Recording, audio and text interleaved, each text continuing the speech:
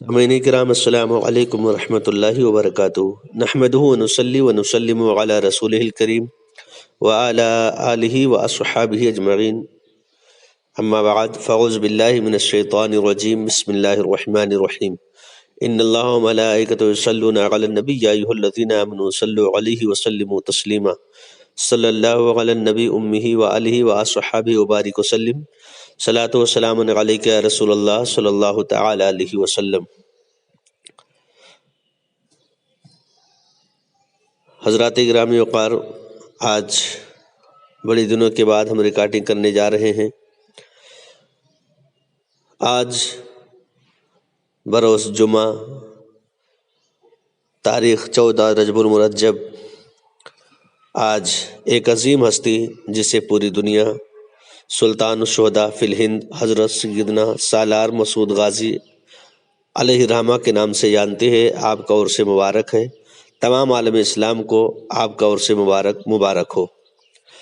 میرے تاج الشریعہ فرماتے ہیں آپ کے تعلق سے، حضرت مسعود غازی اختر برج ہدا، حضرت مسعود غازی اختر برج ہدا، بے کسوں کا ہم نوا و سالکوں کا مقتدا۔ آپ مقطع میں فرماتے ہیں اللہ اللہ یہ نصیب اختر شیریں سخن، اللہ اللہ یہ نصیب اختر شیریں سخن، فیض مولا سے ہے وہ سالار کا مدحت سرا۔ عزیزان محترم، آپ کی ذات محتاج تعارف نہیں ہے۔ سلطان الشہداء سیدنا سالار مسعود غازی علیہ الرحمہ ہندوستان کے ان اولیاء کرام، شہداء اعظام و مشائخ اعظام میں سے ہیں جنہوں نے اس کفر و شرک کی سرزمین پر اسلام کا پرچل بلند فرمایا ہے۔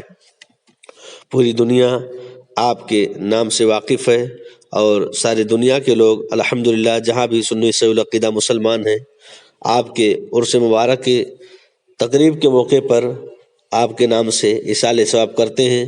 ہم بھی کریں گے، آپ سے بھی گزارش ہے کہ آپ بھی آپ کے نام سے ایصال ثواب ضرور کریں۔ آپ کی مختصر سوانحات پیش کرنے کی ہم جسارت کریں گے۔ اللہ تعالی ہمیں حق بولنے، حق کی پیروی کرنے کی توفیق عطا فرمائے اور اللہ کے نیک بندوں سے محبت کرنے کی توفیق عطا فرمائے۔ سید سالار مسعود غازی علیہ الرحمہ، آپ کی ولادت بسعادت 21 رجب المرجب 405 ہجری مطابق 15 فروری 1015 عیسوی بروز اتوار بوقت صبح صادق اجمیر شریف میں ہوئی۔ آپ پیدا کہاں ہوئے؟ اجمیر شریف میں۔ یہ حضرت خواجہ غریب نواز علیہ الرحمہ کی آمد سے 181 برس پہلے کا زمانہ تھا۔ آپ کا سلسلہ نسب 12ویں پشت میں شیر خدا حضرت علی کرم اللہ وجہہ الکریم سے ملتا ہے۔ جب آپ 4 برس کے ہوئے تو رسم بسم اللہ خوانی ادا کی گئی۔ والد سالار ساہو نے، آپ کے والد کا نام ہے حضرت سالار ساہو اور آپ کی والدہ کا نام ہے حضرت ستر معلیٰ۔ والد سالار ساہو نے سیدنا ابراہیم 12 ہزاروی کو آپ کا استاذ مقرر فرمایا۔ اس وقت آپ کے والد سلطان محمود غزنوی کی جانب سے ہندوستان کے گورنر مقرر تھے۔ 9 سال کی عمر میں آپ نے علوم ظاہری و باطنی میں کمال حاصل کیا۔ آپ سلطان محمود غزنوی علیہ الرحمہ کے حقیقی بھانجے ہیں، جنہوں نے اپنے والد سلطان سبکتگین کے بعد 23 برس تک سلطنت کی ذمہ داری نبھائی۔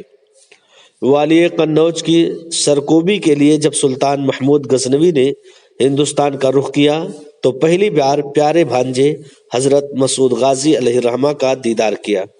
جب آپ واپس ہوئے تو بہن بی بی ستر معلیٰ اور بھانجے مسعود غازی کو اپنے ساتھ غزنی لے گئے۔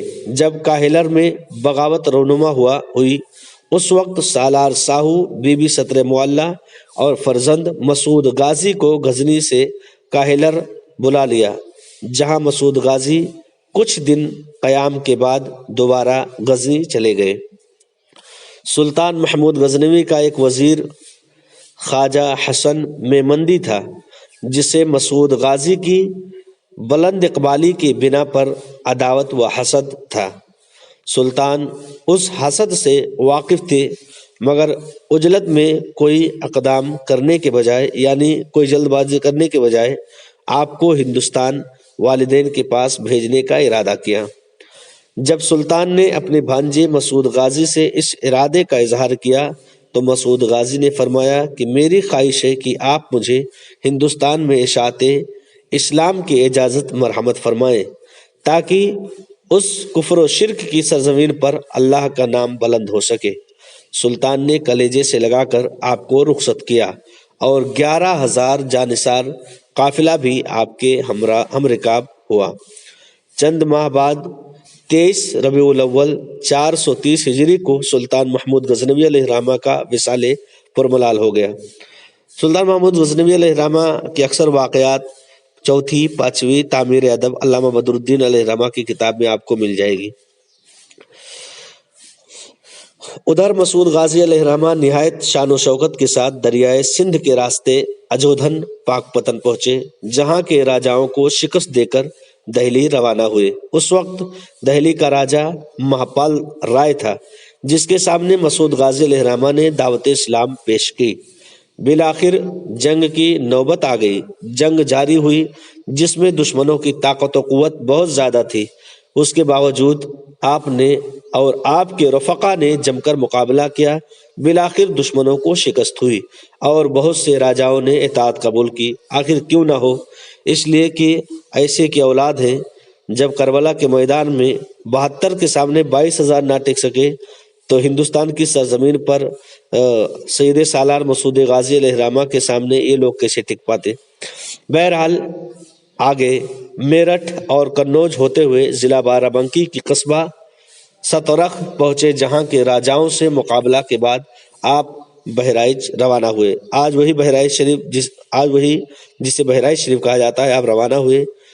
شعبان 423 ہجری میں آپ بہرائچ شریف پہنچے۔ مورخین کا بیان ہے کہ موجودہ درگاہ شریف کے پاس ایک مہوے کا درخت تھا، مہوا جسے کہا جاتا ہے ہمارے زبان میں، جس کے نیچے ہندوستان آنے کے بعد مجھے کہیں سکون نہیں ملا۔ آپ فرماتے ہیں، آپ کیا فرماتے ہیں؟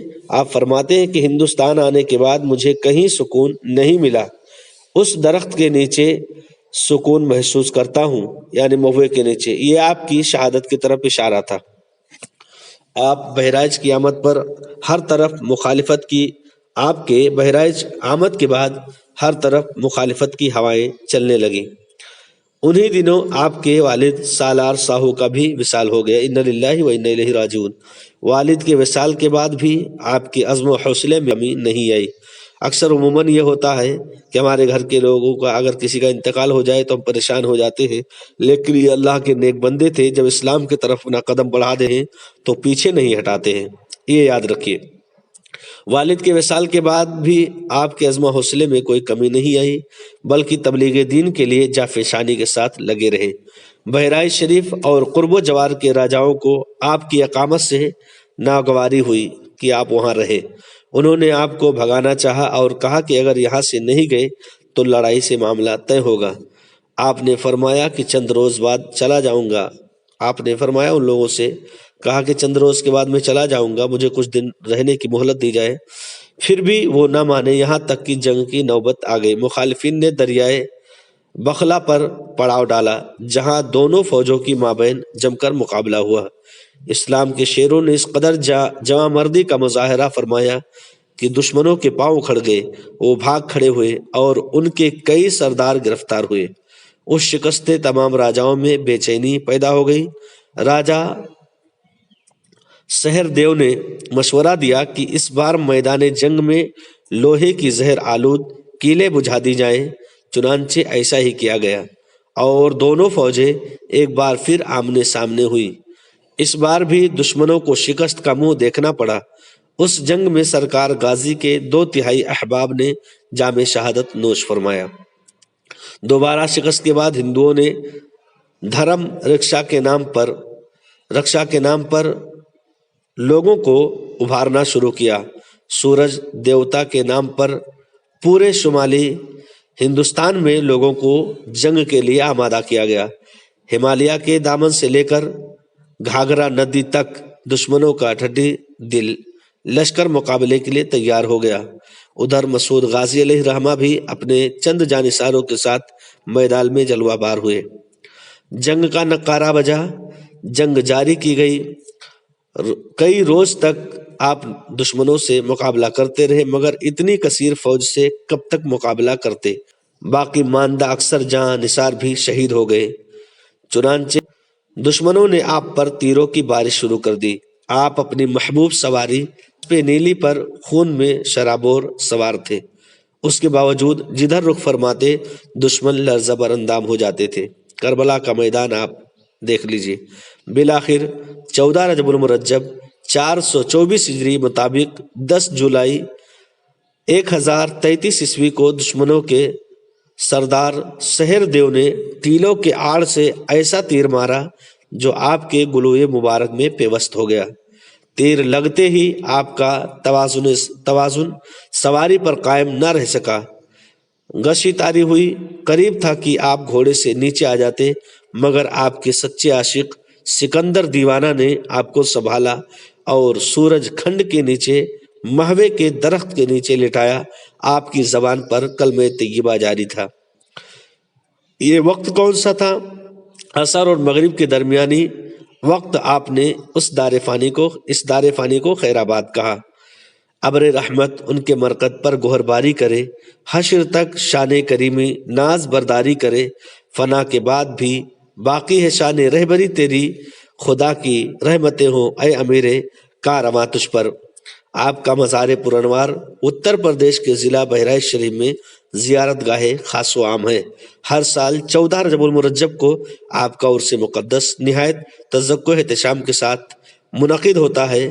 خدا ہمیں ان کے فیض و برکات سے مستفیض فرمائے۔ اللہ تعالی تمام مسلمانوں کے آپ کی بارگاہ کی زیارت نصیب فرمائے اور آپ کے فیض و برکات سے مالا مال فرمائے۔ اسے آپ خود بھی سنیے، آگے بھی شیئر کیجیے تاکہ اللہ تبارک و تعالیٰ کے محبوب بندوں کی ہسٹری، ان کی سوانحات زیادہ سے زیادہ لوگوں تک پہنچ سکے۔ السلام علیکم ورحمۃ اللہ وبرکاتہ۔